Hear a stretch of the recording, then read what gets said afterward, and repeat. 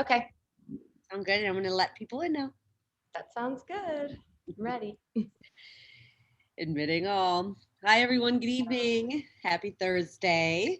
Carolina Wheat with Artfare. And tonight we have for our Thursday series live studio visits, virtual live studio visits, um, Lauren Silberman. Welcome. Thank you. Hi, everyone. It's so good to be here.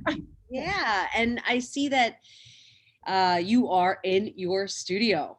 I am. I am. It's good to be back here more.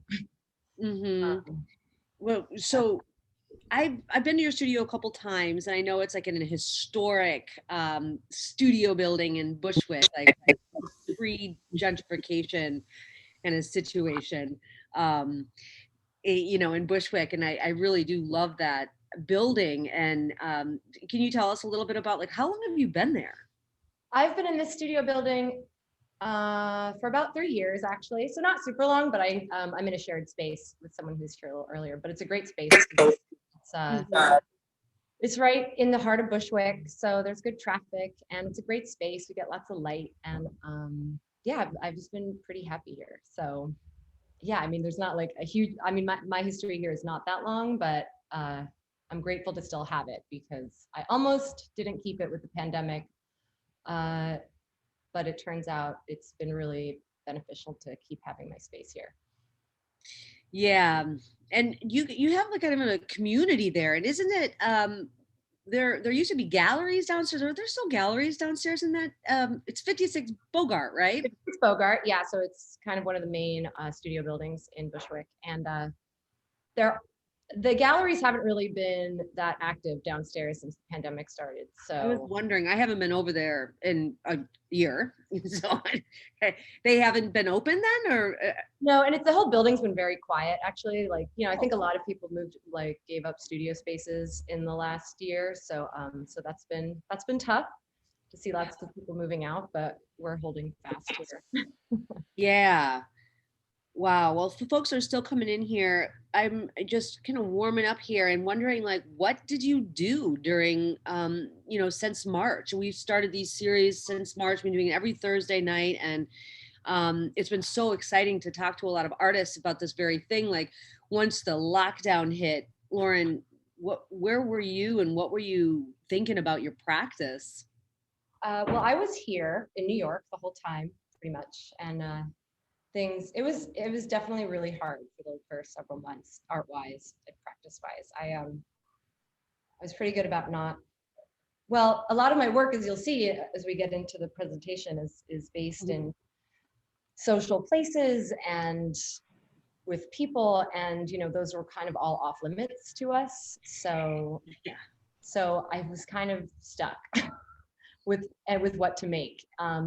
Not to mention just being overwhelmed in the moment and not really thinking about making art anyway, because it was there were things I felt that were much more important, and or not more important, but just harder to just took over all my mental space, and I think they did for a lot of people.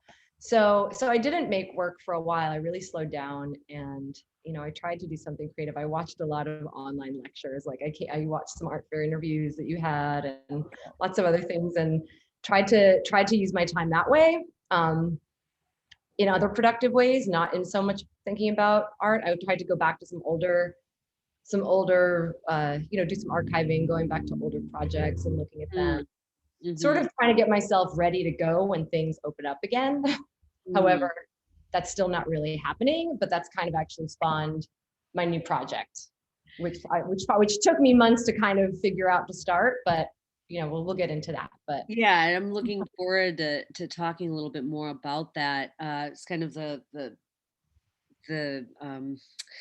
invention, the mother of necessity, right? It's just this yeah, idea that you're kind of toying with, but until we kind of discuss like how you're reacting to COVID through your photography, it sounds like you just spent a lot of time getting yourself in an administratively good place. I like the fact that you were archiving. What kind of service do you use? Do you have like a company that you use that you can recommend, or are you just like on Excel sheets? No, it's just more Excel sheets and, hard drives and organizing things and making sure that, everything's kind of cross-referenced. Still, I Mm-hmm. mean, it's a drag, but everything's a little more organized. So Mm-hmm. You do make a lot of work, and having, the edition work that you have on Artfare, it kind of, I think, also helps having that also. It's kind of a archival yeah, situation to be able to present your inventory, but also organize it in such a way. yeah, we definitely have to keep track of it with editions for sure, because you could definitely get into trouble if you don't. So Yeah. Yeah, I hear you. And so what's going on behind you there? I can see, is it Joshua tree? Is that yeah, on so a fabric? way back in the distance over there, those are brand new prints that I made from a recent trip out to Joshua Tree, where I was out there end of October. They're printed on satin. Yeah, those are brand new. I still don't know where I'm going with them, but I'm really excited to print on different material. It was actually shot on those images were shot on Lomo purple. It's called this Lomo purple infrared film, and so the film is kind of pre-treated, like it's cross-processed. So you get those so that's why the sky like so green and the earth is so pink. Sorry, it's so far away from me. I don't know how well you guys can see it, but I've just been playing around with printing on different fabric. Like I like the idea of printing on fabric and I'd like to try different ways of installing it, because I was thinking about these ideas of, because also since it's been COVID and we haven't been able to travel as much, we've been there's been a lot of nostalgia, and I've been thinking a lot about, I've been remembering a lot of things, remembering traveling and feeling nostalgic for traveling, feeling nostalgic for seeing people. And so I made these Yeah. images and I wanted them printed on fabric, because they can't really be static, because the fabric's so light and moves around. And so I was thinking about these different ideas of how memory memory is also, so it's basically this idea of ephemerality. Mm. This idea that, our memory is ephemeral, as well as these prints that are also, they're constant, they're not moving right now, but the idea is maybe I can install them with fans and they'd sort of constantly be moving, and sort of and always changing, like our memory is. Does that make sense? Yeah, definitely.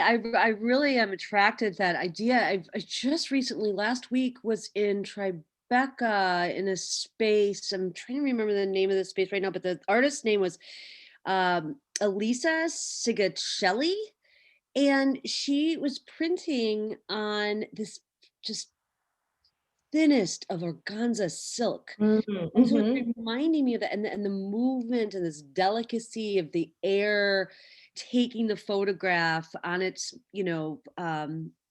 medium of the fabric really was a brilliant testament to that idea that the ephemerality of the still image, creating, like I had to take a video of Oh, the work, cool. because as you walk past it, it moved with your the motion of the air around you moving, so I'm really fascinated by that. I think these are going to be really stunning, and the colors themselves, you said, is a specific then type of um, Film.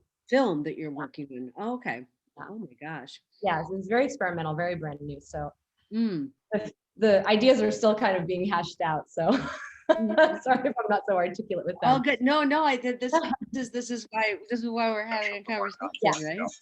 These ideas hashed out. I'm just gonna mute.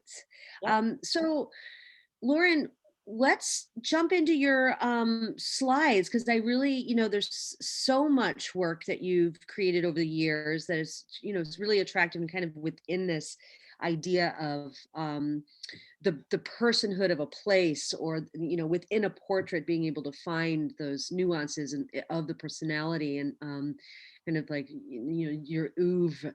And I'm hoping you can share your screen. You know how to do that. Yep. I'm all set up. So let's see. Um, all right. Cool. I think, yes, okay. So you see my first image, right? Just want to make sure it's working. Sure do. The After Party series, which is, Right. I think initially I think this is some of the first work that I actually saw of yours. And I know that it's been around the block a little Yeah. bit. To it. Yeah. So, but I wanted to start with this work to kind of give it an entryway into where I'm at now. This is earlier work, but it's sort of, I think it informs, all of my other work. And this is a series I started several years ago when I was shooting the aftermath of underground abandoned party spaces. I was always this was a culture that I was very much embedded in, and it was photographing it was sort of my way of participating in the culture. Um, all of these events were held it was sort of like mid to late 2000s, early 2010s. All of these spaces were very DIY. Real estate in New York City was still, you could still access big loft spaces and throw parties in them. And, they were very illegal. But what I loved about them is that they were all true labors of love by the people that threw them. And this idea of community and culture really excited me, and that I was a part of. And I started the series because, well, it sort of came from this idea of not wanting to be another party photographer, because I felt like there were plenty that were out there that were great. And but I was also interested in these spaces and what they looked like when the party was over, when it's totally empty of people. So the space itself had been decorated by the people that throw it, and then it's almost like a collaboration with the party goers, this mess that's left behind. So like you see, like it's kind of the beer cans in the sink on the left, like the morning after the party. That's one of my favorite images, that old sink. Yeah, and that one's titled Hello Gorgeous, because we can't really see in this, but Hello Gorgeous is scrawled on the mirror if you look up close. Oh. Yeah. And one of the interesting things about these parties was that, or for me, a little anecdote is that I would work at them sometimes. There were some parties I used to bartend at, so I would bring my gear and stash it behind the bar and wait till everyone had left and deliriously photograph the room when the sun was coming. Yeah. Right. Oh, so you basically had access to these spaces through friends, but also working, right? I was gonna ask you, like, what exactly, how did you get in there? Was this like the sunrise special, right? You get in Right. there. Well, it really varied, but they were all people that I knew, and if I didn't know them personally, I knew them through another person, because it's all just sort of like this webbed community of people that throw these events, and so I would go to them, I would talk to the people that threw them, there was all different ways of getting into it. It took a lot of, it took a lot of detective work, but usually wasn't too hard. So I'm lucky that way. And some of these images, remind me which ones were actually published. Was it the New York Times? Oh yeah, in the New York Times Magazine. They were featured in the Sunday Times a couple years ago. It was actually in there. It was featured right after the New Year's, sort of as a post-New Year's party spread, and that was a really huge honor. So I'm still really proud of that. And it was great because my work reached this audience that I never thought it would. It was like so beyond the art world, because so many people get the New York Times Magazine that don't participate in the art world or don't look at photography that way. And so so that was really special to me. It meant a lot. It was cool to know that my voice had traveled so far. Mm-hmm. And if I'm not mistaken, I think I remember somehow being connected to the image on the right of a woman that's a curator as well. She showed this image of yours explaining that she used to throw parties in this church. Oh my gosh, was it Lauren Wolchek? Yes, from Gloria's. Yes, I think you told me that, and I was really that was kind of amazing. Yeah. Well, the church is now condos. Is that right? It is. I know. And what's funny about this series is I mean, these kind of feel like a time capsule now because New York has changed and, you know, the landscape has changed as far as real estate goes. You don't have access to these big raw spaces anymore because they've all been developed. Just like this was a church and now it's condos. So yeah, it's kind of sad to me. You know, I actually wanted to continue with this series, but the parties don't exist in the same way. Or maybe it might also be that I've gotten older and I don't go to them as much. Maybe that is it too. I mean, I remember my 16-year-old son used to go to these places for after parties and like the Morgan or something. And it was, he would come up with these places and I'd be like, that's like an abandoned property. And this is true Detroit style where they would activate. And I mean, that was only in 2013, 2000, you know, that he was doing that. So I was always curious. And I think I just heard something recently on, it was like on this message board or something, a queer message board about folks are throwing underground parties right now. Oh, yeah.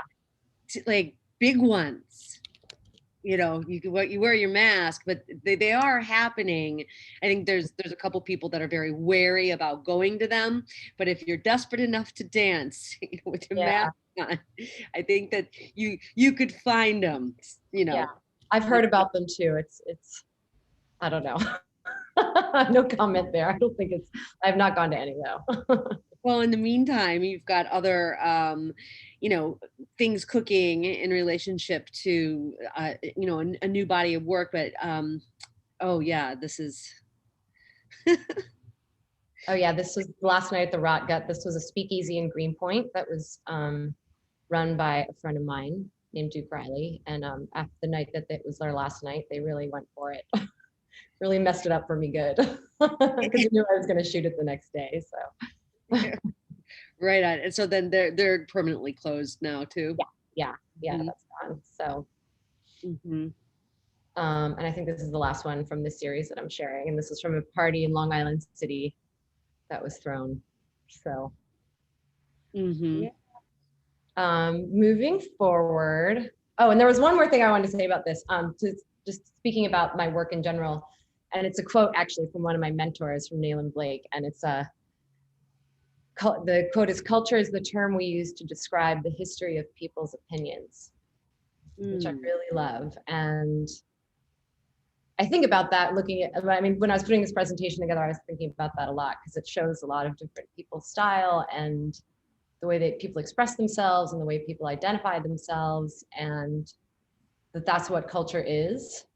And I don't know, I just have that thought running through my mind. So maybe you guys can think about that too when I'm going through. I really like that sentiment. If there's a spiritual, I would say, philosopher that I've heard on, I think it was on Being in the summertime. And I remember his first name is Resna. I'm trying to remember his last name right now, but he talked about people of culture opposed to this idea of people of color, or using that he himself is a Black man.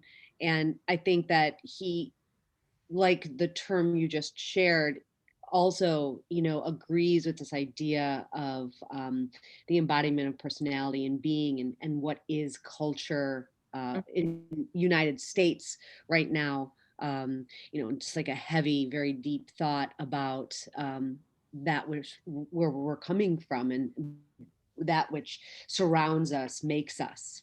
Yeah, exactly. And it's constantly changing. So it's hard to answer that because I think it's always evolving, hopefully. I'm seeing that this is from the New Orleans series, right? Because this is Kaylin. What? This is Kaylin. Yes, oh, right, you know Kaylin. Well, I met him in New Orleans. It turns out he's a street performer who performs a lot in the streets and the subway in New York, which blew my mind. Yes, anyway, I did a couple studio visits with him, and he blew my mind with these puppets. But I first met him, and numerous times I saw him on the streets, practically nude, walking around with this cart. So he's a real character. Yeah, he really, in a shirt and tie here. I'm curious. yeah, shooting him was a trip.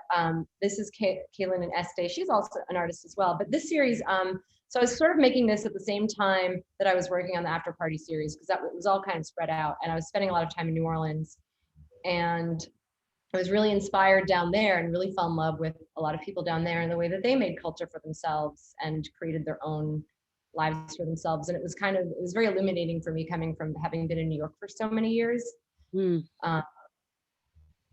To be somewhere where I don't know how to say this without sounding naive, but I was like, oh, New York's not the only place that matters. This is several years ago where I had this realization, and like seeing how people were just thriving down there, and it was so awesome. And I was just really inspired by everyone I met. So I started this portraiture project of people down there. And what was interesting to me was the way that the landscape down there completely like mirrored the way that the culture was thriving down there, which is sort of what this image references, with just vines growing through fences and trees growing through the sidewalk, kind of taking over, and just like this vibrancy of life down there that was happening on so many levels. Mhm. I was trying Not to to mention some of these, the raccoon eyes and the first portrait. Well, all three of these portraits from New Orleans have such a controlled and very formal composition, so it feels so contrary to what New Orleans stands for, which I really appreciate, that didactic idea with, but yet with the vines growing through the fence, that formality of the wild through that rigid it's a really nice sentiment to New Orleans, I think. Thanks. Yeah, I think I was kind of going for that because it is so wild down there that I kind of did want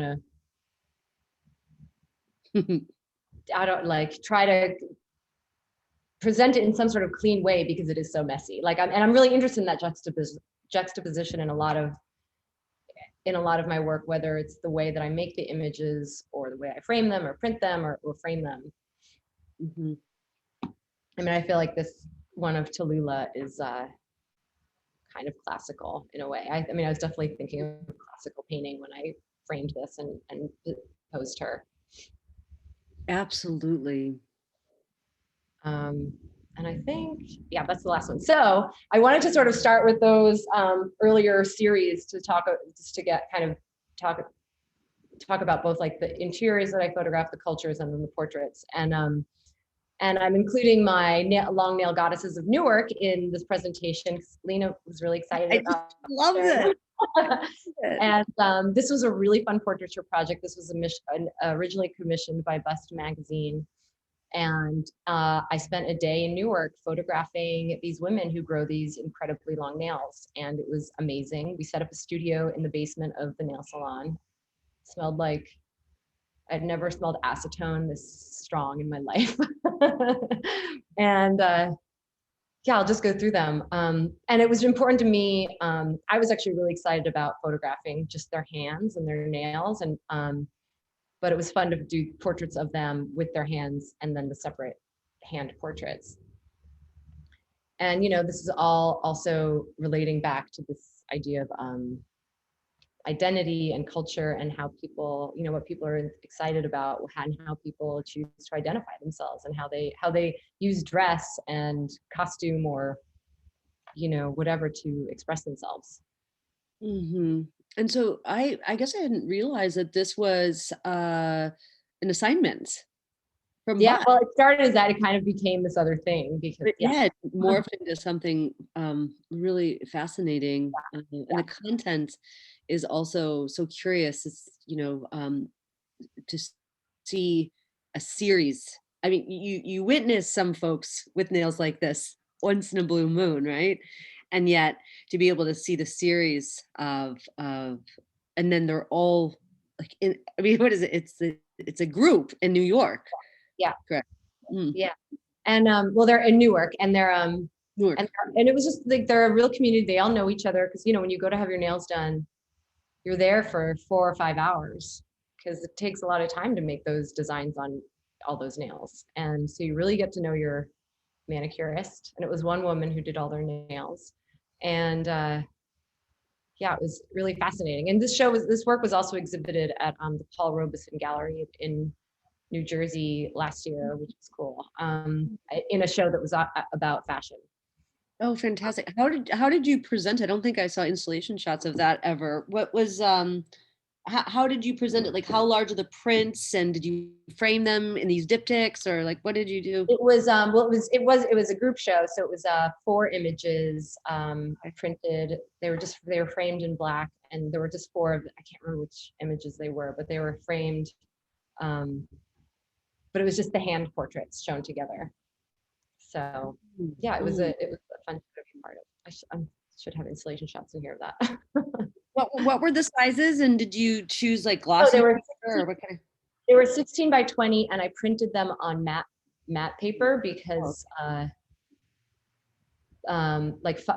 black fiber matte paper, because of the way that it shows that like the black background is super, super rich and black. It's almost velvety, and it's really beautiful. When you print black on glossy, it's a little more reflective, so you kind of lose the blackness. And you know, on the matte paper, it's just like, it's so rich. So they were really contrasty and rich and warm. And yeah, Right. I usually prefer to print on luster papers. But with this, it would definitely have to be matte. So I was really happy with how that came out. Yeah, and I'm glad they got in front of some eyes as an exhibition as well, because they're fantastic online, but you know, to be able to, you know, get close and personal with them also is, you know, it just says the content. There's so many questions I have, but I don't want to be insensitive to, you know, understanding the day-to-day life of nails like this. Yeah. Oh, there's so many questions people have. Yes, and like. And I mean, basically their answer is always, we do everything that everybody else does. Yeah, well, of course. I remember looking at the Guinness Book of World Records as a child and being extra fascinated by the longest nails in the world. I think they went down to the floor, like, you know, they were 5 feet long or something on some person. Yeah, someone was asking how you found your subject, but we know that you were given an assignment. Yeah, Mm-hmm. and this was great because I love working with the women at Bus, because they'll have great ideas, but they kind of let me shoot it the way I want to. Like, so shooting it on black was my idea, and you know, just shooting the hands was my idea. Like, they were sort of pushing for the portraits, but I really wanted to just do the hands. So, you know, and that's what happens when you're working with other people and like kind of commercially that way. But I really love working with Lori over at Bus. She's really she's fun and supportive and creative, and gives me a lot of freedom. So it's a nice working relationship. By documenting these women, what's in it for them? Do they get a photograph, or are they getting paid by Bus to be featured, or like what's the, you know, kind of I'm not really sure about that. I mean, I know they were all super excited for the shoot, like they all, and but I don't really know how that worked out. Yeah, I'm just curious. I mean, they're opening up their life a little bit to you, you know. It seems that well, I think if you have nails like this, like, you don't want to hide them. You know, well, you seem that even in the portraitures, I mean, you do seem to capture the essence of who they are, certainly in their clothing, and then the style of their decor on the nails and such. Really, they really match, and very matchy. Yeah. I mean, they're very. It's all very considered, everything they do. So. Mm-hmm. Mm-hmm. And then I was just gonna skip, and that's just an image of the layout from when it was published. Which was fun. So. And what year was that published? That was 2017, I think. So. And then moving forward, some more recent work. So let's see. So this project is sort of about 2 different things. I feel like this is such a departure from the nails work. But so in 2018, I've taken 2 trips to the desert, and this is from a body of work called The the opposite of salt, opposite of salt is water. And this was a solo show. I'll have installation shots in a few. And this project, there were kind of two things going on in this project. I had spent a lot of time in the desert, and my first time out there, I went out and I kind of discovered, I like to say discovered, but I didn't really discover this town. I mean, it's already there, but I kind of happened upon it on a long drive, and where I had just gone out to just drive around and photograph and see what I could find, because I went out there not really knowing what I was going to work on a residency. And I came across this town, and it was on Route 66 in the middle of nowhere, where a lot of places are abandoned. This cafe and hotel were mostly abandoned at this point, and they only sold gas. The motel was totally shut down and boarded up. And I befriended the gas station attendant that worked there, and his name is Kevin. And he was super enthusiastic. I was kind of amazed at this beautiful place because it was in the middle of nowhere. This big, gorgeous sign, like that's pictured here, coming out of nowhere, because it is so flat in that area. And it's kind of a landmark on the stretch of Route 66. And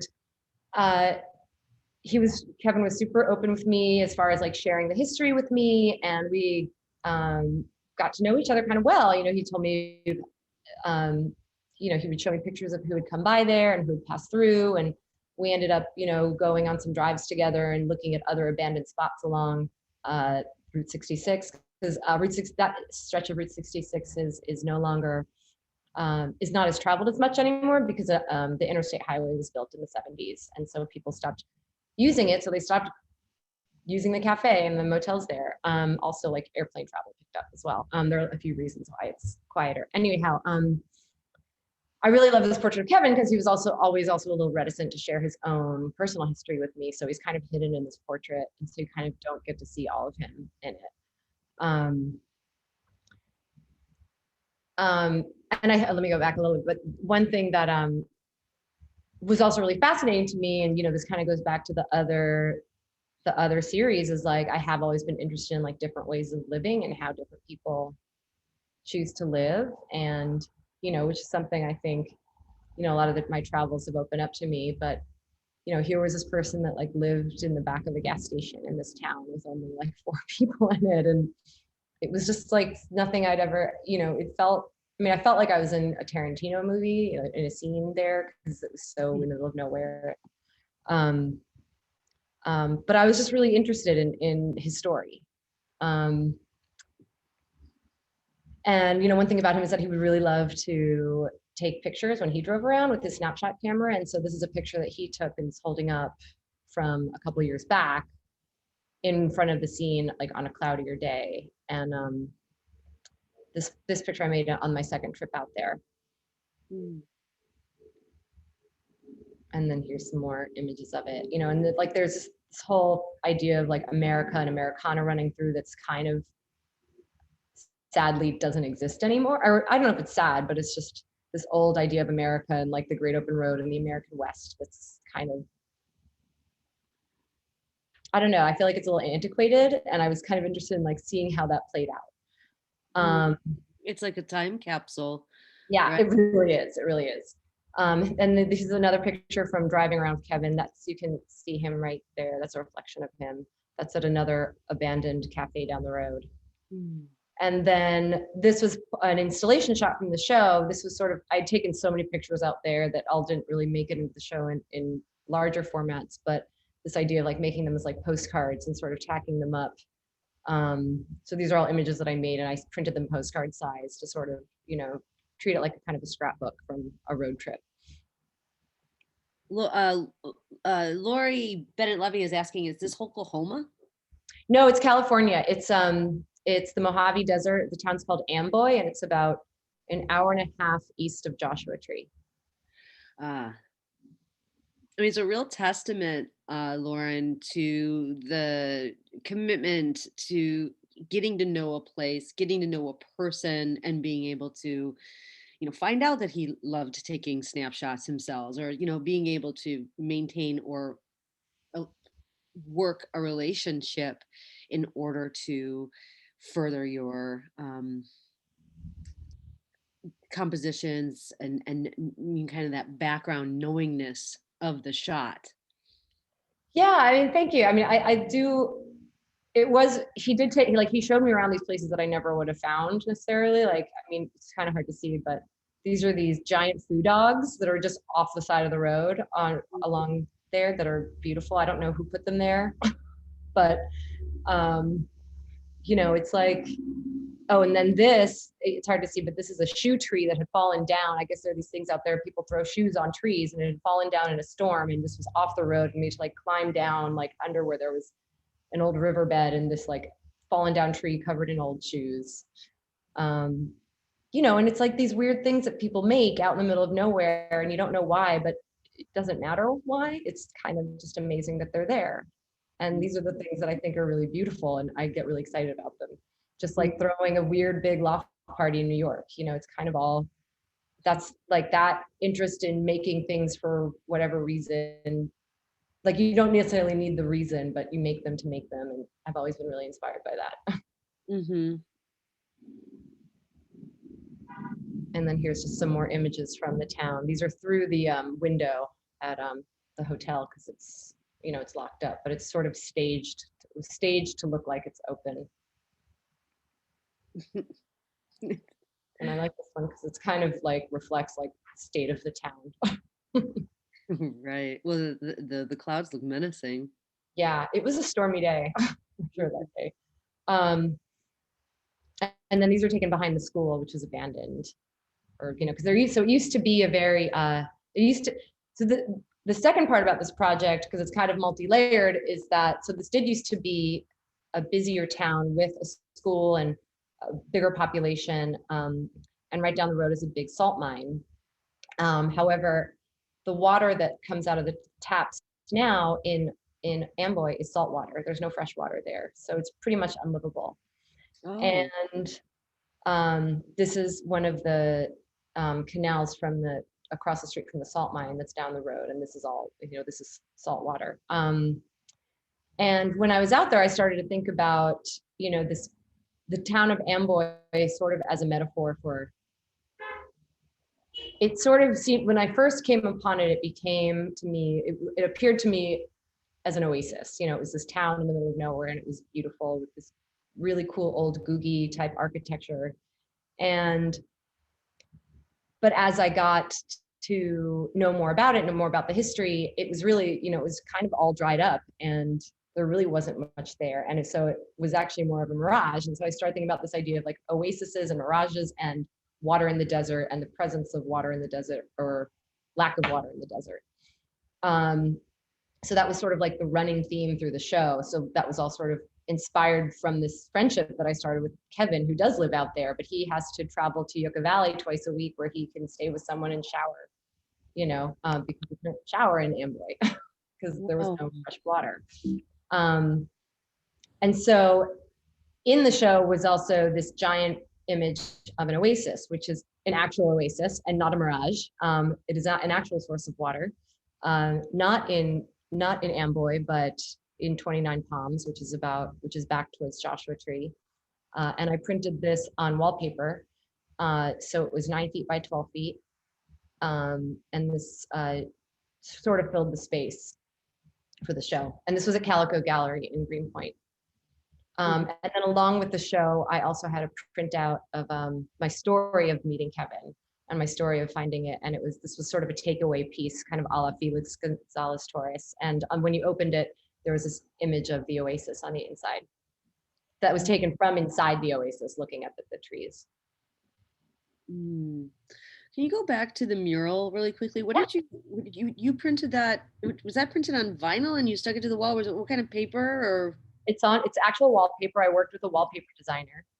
And so it's actually printed on actual wallpaper, which is much easier to work with than vinyl, because my original plan was to work with vinyl. But wallpaper is, I think it's heavy duty, and it's also, it's more forgiving when you stick it to the wall. So you basically wet the back and then you paste it to the wall and you can move it around a little bit. Whereas vinyl, you have one chance. So this was great. I mean, because it was actually printed in 3 vertical prints. And I worked with Scott, who's amazing, and he's a woodworker. He's really good with being really precise. I'm not so good at that. So we were a really good team hanging the work. Yeah. And yeah, it came out great.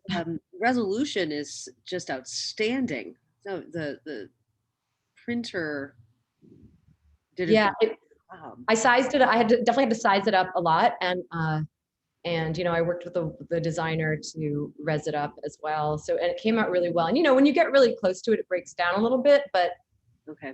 you can't see it from that close anyway. You need to. Anytime you're printing large, you have to allow for the idea that you're going to be standing a certain distance back from it anyway to take it. So, or to take it all in, So, but it did. I mean, it came out great. I'm thrilled with this. I'm very thrilled with it. It's actually still there. It's a permanent part of Calico Gallery. So if any of you are ever in Greenpoint, you can swing by Calico. Their hours are a little weird now, but they are open to the public. So Well, that's fantastic that it's become a permanent installation in Calico. yeah, I can go visit it sometimes, which I really like doing. Suzette Duchy is asking, what kind of camera did you use, not only for this image, but I'm curious, like what do you use in general? I usually go between two cameras. I work with a medium format film camera, the Mia 7, and I work with a full frame DSLR. This was shot on a Canon Mark 3 or 4. I can't remember this one. So it definitely did have to work with this one to res it up because, I mean, to make it that big. I mean, those cameras won't allow you to print that big unless you do some Photoshop magic. Right, use some mascaras, Photoshop mascara to your images. Yeah. But and so then the previous works of the b-ball court or behind the school and the salt water, those images, were those done in a medium format, or did these are all a mix actually, because I was shooting with both. I would have both in my car and I would usually shoot both, and I would I like this one's film definitely. This was digital. I mean, I try to process the digital so that it looks like film because I want there to be that sense of continuity with the images. And I usually shoot digital first, and then when I think I have the shot, I'll put it on film. But sometimes you get it with the digital, if it's usually if it's a portrait or something. But this was digital. This was tricky because it was taken on that stormy day that the Palms was taken, and it was really hard to get the picture to actually stay still in the wind. So I had to take a lot of frames of that. Yeah, but this one was film. So yeah, so it really is a variation of both. It is very difficult to tell what is what. I think you've mastered because you can really feel film. You can feel the colors and as they print and the CMYK and all this. Yet some of these digital images are equally as impressive as the film shots. Yeah, I mean that's what I've really been working on trying to get them to look closer and closer because I still really love working with film and I love working with that camera. There's something about the way it feels and the way it slows me down because it's a rangefinder. It's much harder to focus with. You have to work a lot slower. However, digital does have a lot more options now, that opens up some doors especially with ISOs. You can shoot a lot lower, right. But yeah, I still shoot film. I still love it. That's fantastic. And let's keep moving on to the bodies of work because we're almost at 15 minutes. Oh my gosh. Let's get to your newest body of work as well. But I know we've got one more. Oh yes, we have the drag queen. So that's just one more installation shot, but we can go forward. I'll go through this kind of quickly. This is all work made right pre-pandemic, 2019, sort of before I took a pause of making work and going back to shooting portraits in communities and thinking about these ideas of identity. I was really interested in drag queens. I've always loved drag queens. And so I started reaching out to different drag queens in the community and, trying to getting to know them and asking them if I could photograph them. And the plan was that my idea was to photograph them all in their homes, and I wanted to photograph them in different stages of dress. And so I would kind of go over and just hang out with them while they were getting ready. So they'd show up and be in total normal everyday clothes. In fact, often when they welcomed me into their homes, I didn't recognize them because I'd only had seen them in drag and I hadn't seen them out of makeup. So, so it was a really fun project. This is Madame Viv, who's a powerhouse. She is amazing. She performs at the House of Yes when they are open. This was shot on film, this image. And yeah, this is a shot of her like mid-transformation. And then the next image, actually, just to go back to speaking of like what inspired me, I had to throw this in there. This was taken my 4th day living in New York City in 1995. I was 19 years old, I think. And this was taken at Wigstock on the Hudson River, which is an annual party weekend festival for drag queens. And I was totally fascinated by them. I was like, I just moved to New York. All I could think was like, I'm here, I'm home, this is it. I love these people, look at them, they're so fabulous. And I've had this picture all these years, and it took me like 20 years to revisit this idea and my fascination. I mean, I've always been fascinated with them, but to like kind of work it back into my work. So I just had to share that as a little bit of personal history. This is another portrait. This is Manifest Destiny Squirts. This is actually the first portrait I did in the series. A friend of mine goes by the name of Travis by day. And we just spent an afternoon and hanging out, and Travis did their makeup and got ready to go out. And I really love this image of them. Mm-hmm. It's very this is another, sorry? I just said it's very loaded. Banana, cigarette. I know, right? Good. Yeah, I mean, sometimes stuff just happens. You can't even like plan it. And the previous slide too, the way that the artist is holding their face, it almost appears like a mask is being, the motion itself feels, just really thoughtful. Thank you. Yeah, and there are so many images from this shoot. It was really hard to narrow them down. I believe it. There are a couple more. I think there's one more in here later on from that shoot. This is Sherry Poppins, who's another amazing performer, drag queen, shot in her home in Queens, with her pet bearded dragon on her shoulder, named Barbarella. The Dragon Sisters, who've been just a total dream to work with. Yeah, they are amazing. They're dancers. They do everything. They dance, they perform, they just are, and their looks are always amazing. They've been doing a lot of stuff they've been doing a lot of like online shows during quarantine, which have been I think I saw them perform at the Bushwig that was at Maria Hernandez Park late summer. That's funny because I saw them perform. They did a performance with Bushwig and Black Lives Matter at the end of June in McCarran Park that I went to. That was incredible. But I think you did I think they did perform there. I think I missed that one, but I think I remember hearing them perform there. So yeah, they're fabulous. And that shot with all their wigs. Yeah, I mean, their setup was beautiful. And they go by, on the left is Odessa Man, and on the right is Issa Drag Queen. So if you like say it the right way, it's like, it's a drag queen, Issa Drag Queen. And there she is tending to her wig. And that's the two of them in their alley behind their building, Crown Heights. That hair, I mean, it's so much part of the performance. And it really captured it in this image. Yeah. Oh, here's another one of Madame Viv in the mirror. Untitled Queen, another great artist. This Matisse printed on her face in the crayon costume. I mean, the way you must need to warm up these,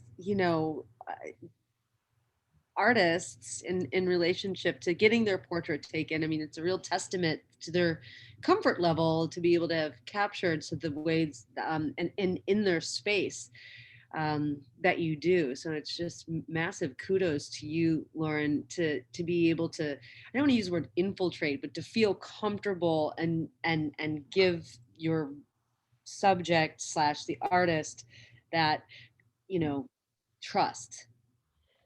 Thanks. I mean, it's definitely it took me a while I mean, I don't know, it took me a while to get there, to get the guts to, but also it's, once you do it, you kind of can't turn back anyway. Mhm. Um, and I mean, it's felt easier than I thought it would because I really am fascinated and love these people when I get to know them. And it's just, and there's such a bond I feel with all my subjects. And it's really important. It's just really important that I feel that, but it's also very genuine. And like I wouldn't photograph them if I didn't love them or feel fascinated by them. So that's sort of it creates a bridge for me to get to that point. And when in doubt, there's something I keep in the back of my mind, something I learned a long time ago from a photographer who would say before they were shooting someone's portrait, they don't say it out loud, but they just say it in their head, like directed towards their subject, I love you. And like, it's really a good trick.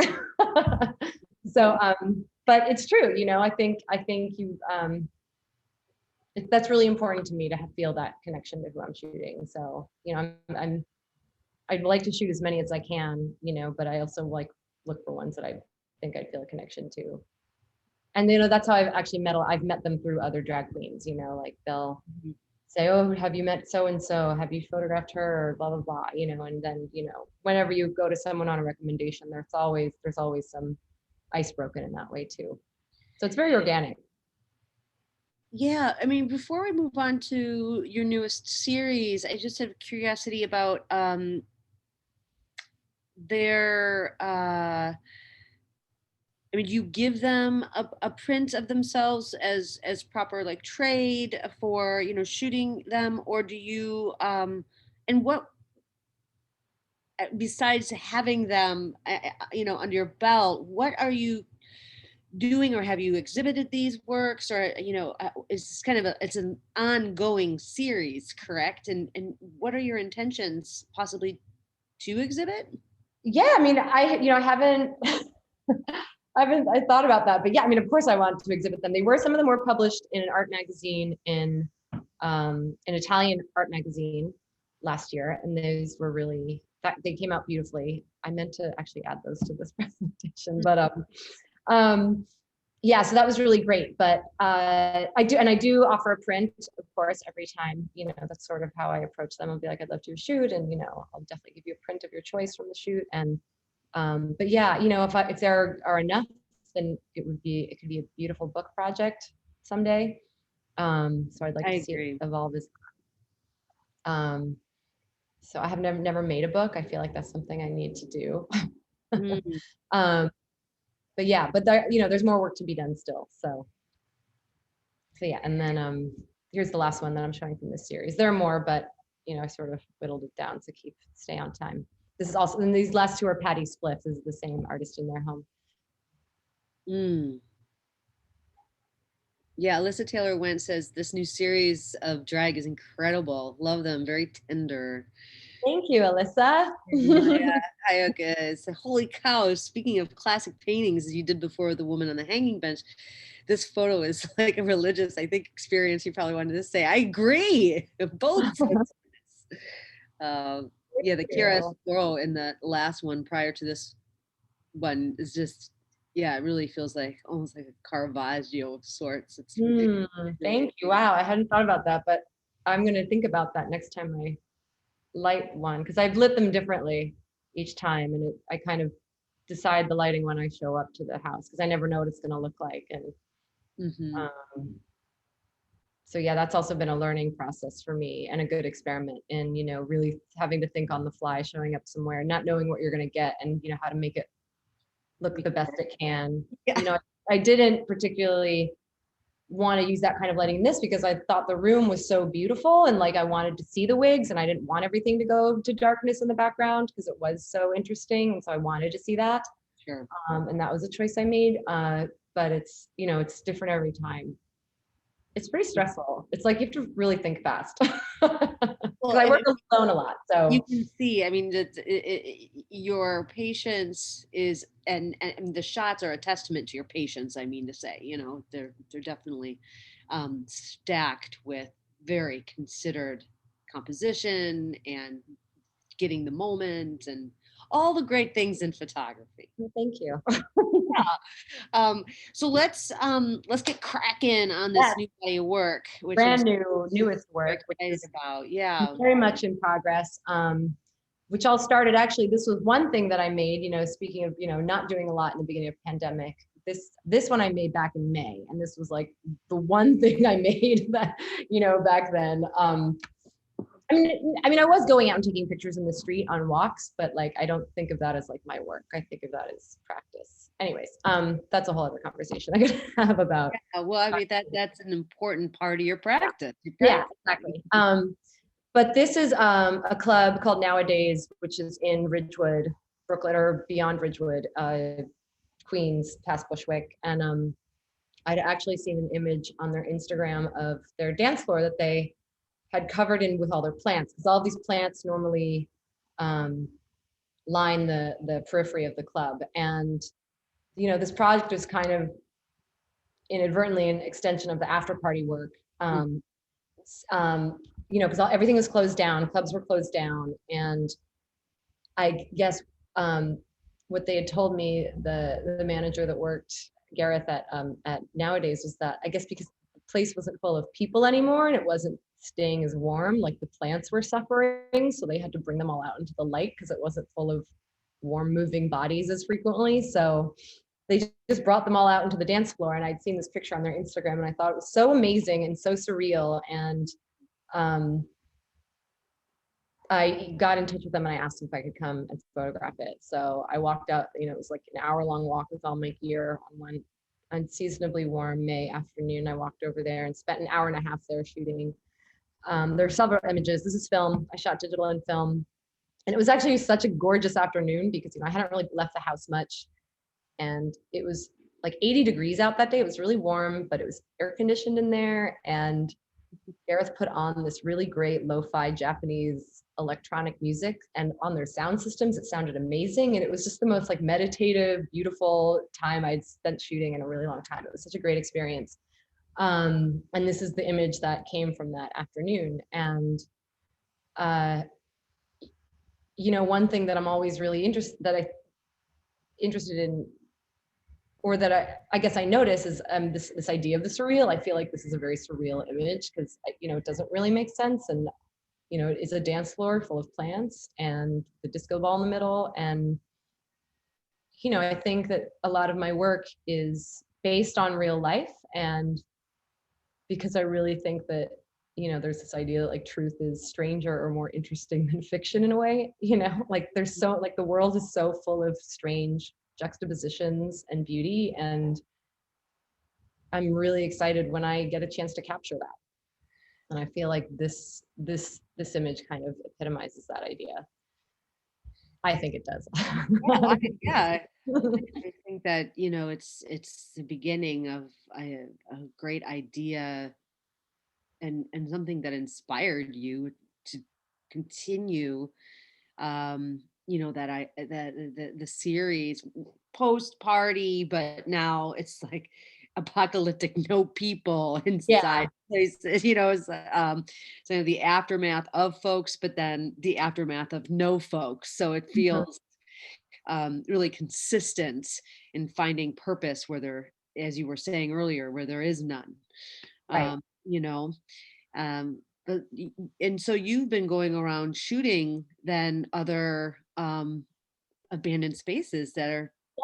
Yeah. So it took me a few months to kind of come around to the idea because, you know, I made that image and I was like, maybe I could shoot more clubs. And I was like, I don't know if I want to do another series on that. And I don't know. I just, whatever. It was a pandemic. I was having a lot of feelings and We all not know and not knowing where to put my creativity.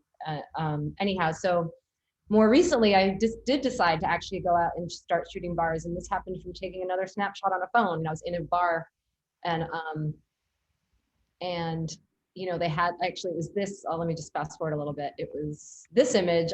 I took a version of this on my phone, and I thought it was so strange. The bar, the stools piled up with the tape across it where you can't access it, but you can walk through the bar to sit in their backyard.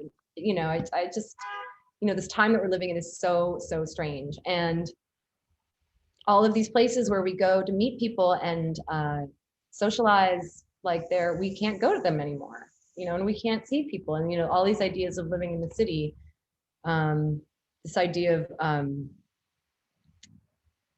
the normal opportunities for chance and possibility that normally happen in our everyday lives living in a city aren't available to us anymore, because we don't have the spaces for those to happen in, because we can't go to them. So I know I've been reading a little bit about that neurologically for our brains, and just like the elasticity of our brains are becoming a little less, those connections aren't happening as easily because of the lack of interactions with rando people. Yeah, it's true. I mean, it's and there's like a domino effect that happens in your life when you live in a city. You never know what's gonna, like, especially in New York City, you never know what's gonna happen when you walk out the door. You literally never know, and like anything can happen. And part of that has been stripped of us in the last several months during COVID, and it's really sad. And I know it's why a lot of people have left the city, but I mean, stuff still can happen here, but it is this, I have been thinking a lot about that, and sometimes it's for better or for worse, it keeps us focused on what we want to do, not having all these distractions or random things happen. But those random things that happen are, really one of the beauties of living here. So I think about that a lot. And so anyway, so I've been, so I started going and photographing different bars while they've been closed down, or, while indoor dining is closed, so this is very specific to New York in a sense, because New York indoor dining isn't closed everywhere. But this image was taken at Union Pool, who were actually closed for the winter. So, that was really great. They let me in and spend about an hour and a half there shooting, and they heard just images of the inside. And, and I wanted these images to also show the care that the proprietors of all these places put into them, because all of these places are very unique, small businesses owned by real people. And, the owner of Union Pool, who passed away, he painted this ticket sign right here. He hand painted that on. This is his painting behind the bar here. When did he pass away? Probably about 5 years ago, 6 years ago, maybe. And that's actually him. Yeah, so it was but anyway, everyone that works there it's a real family. It's a really special place, and I was really happy I was able to photograph it and spend some time there photographing it. These are from the backyard.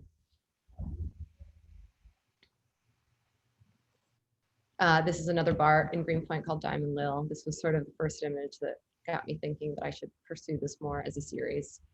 Yes.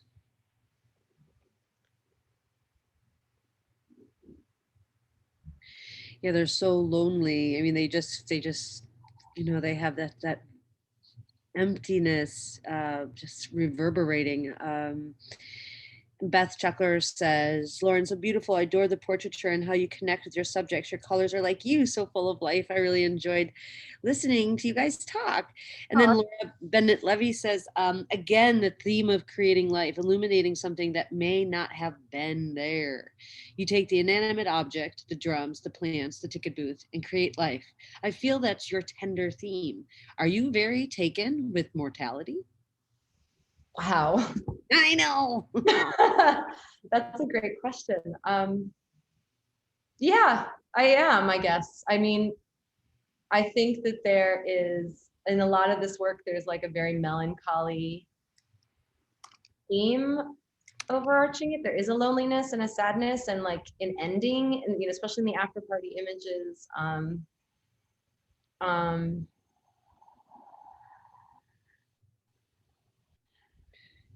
I don't know. I'm trying to put that in, like, think about how the mortality works, how that idea of being taken with mortality response, like, works with this work. I mean, I think about, of course I think about it. I mean, I've definitely had gone through my own grieving in my own life on a personal level and worked that into other projects. And maybe that is seeping through into this work too. I don't know. I don't know. I need to think about that a little longer. That's a heavy question, but a great one.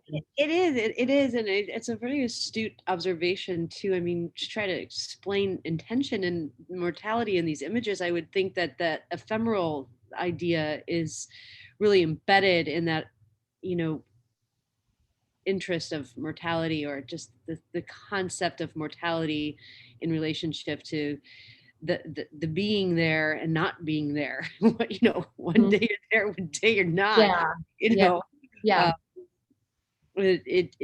You absolutely capture that within these spaces, these not, you know, these non I mean, spaces with personalities, I guess you would say, like they're anthropomorphic, or the word is to kind of give the space life. Yeah. I mean, well, that's the thing. They do have life, and I am trying to bring that to the forefront as well, because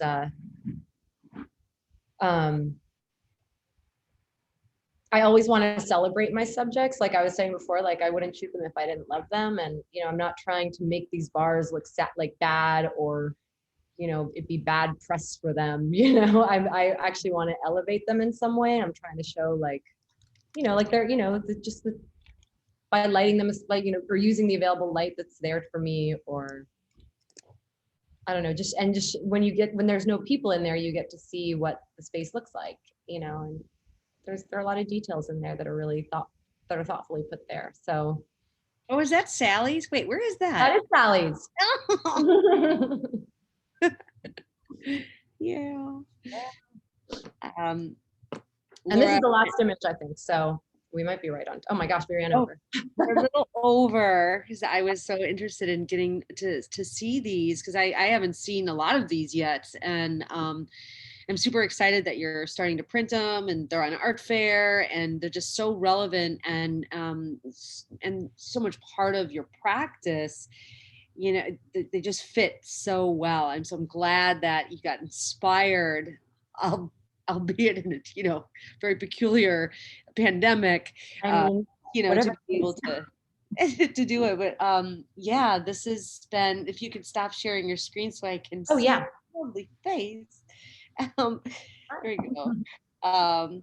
Yeah, and really, I feel so good after looking at your work, and I'm really glad that we got a little bit more inside information on your process, and certainly the amount of care that you take, that patience that you have with your subjects, both be it inanimate and animate. Yeah. I mean, they're all alive in some way, right? True. Well, again, thank you so much for participating and being game for this Thursday series and being on Artfare. And thank everyone for joining. If you missed any of this broadcast, I recorded it, and I'll throw it up on the YouTube so you can watch it from the beginning to end, or the parts you missed. Thank you Thank again. you so much, everyone. Thank you for having me, Lena. It's been really fun. Absolutely. Absolutely. Brava. Brava. Bye. Bye, Alyssa. Bye, Maya. Peace.